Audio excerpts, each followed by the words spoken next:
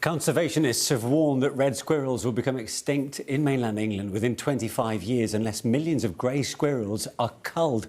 Greys outcompete reds for food, habitat and also spread a deadly disease. And Natural England says a coordinated suppression of grey squirrels is the best hope for a significant red recovery. But how popular would that be? I'm joined now by the founder of the Save Our Reds campaign, Marie Carter-Robb. But Marie, great to see you. Thanks for inviting us on, Manish. Good so to be here to talk about this subject.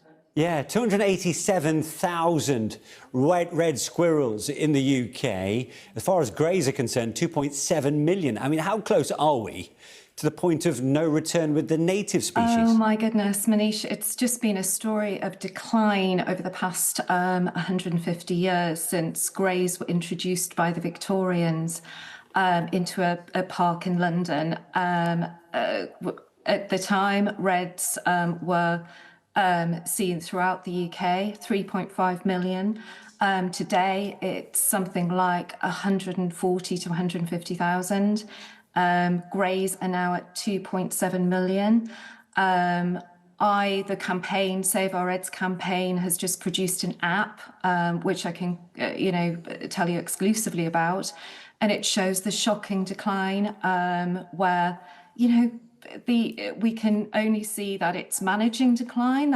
That's what we're doing at the moment. The vital work of volunteer rangers is absolutely wonderful, but we really need a national joined up conversation with a number of different measures in place, and I can outline those in a moment. But the petition, which is at www.change.org, save-our-reds, 75,000 voices at the moment, and just visit it. Please, everyone, sign it and share it. Share the hell out of it, because we need that national conversation. It feels like lots of disparate bodies are talking about saving our red squirrels, but really we need a national joined up conversation, because otherwise it's just managing decline, and it makes me sick to the stomach that we're going to lose this vital species, which is vital for our woodlands, if we don't do something now. So what is it, Marie, about the squirrel pox virus that makes the greys immune but is virtually fatal for reds?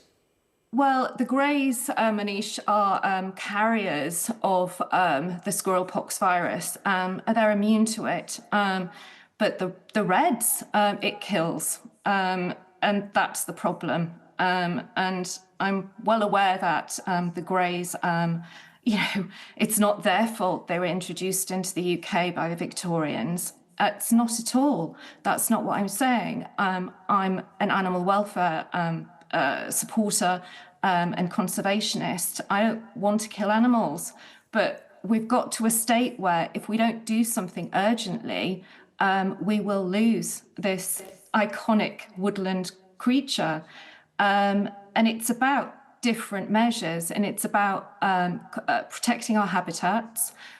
So actually enforcing a 20% set aside of woodlands, conifer woodlands, which are commercial, but we can save part of those because they are the homes of red squirrels, and also mixed woodland, getting that in place more.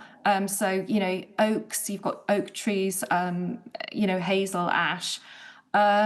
So protecting the habitats of the red squirrels. Properly funding a squirrel pox vaccine, that was stopped due to lack of funding. The Morden Institute desperately needs that funding. That was stopped several years ago. Why? We need that funding now. And also grey squirrel fertility control, plus more rangers on the grounds. They're doing an amazing job out there, Manish. They really are, but they need to be deployed on the ground to humanely capture grey squirrels that come into red squirrel habitats, because if we don't do this, then we are just effectively managing decline, Manish. And the funding is available. 5 million, I believe, lottery funding was made available.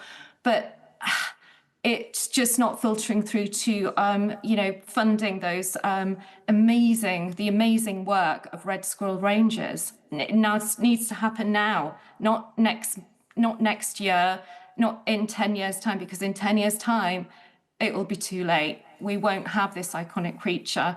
The government talked about funding the recovery, the reintegration of the golden eagle into the UK. Well, actually, we can do with that money to save red squirrels. I'm sure. Marie, thank you so much indeed for joining us.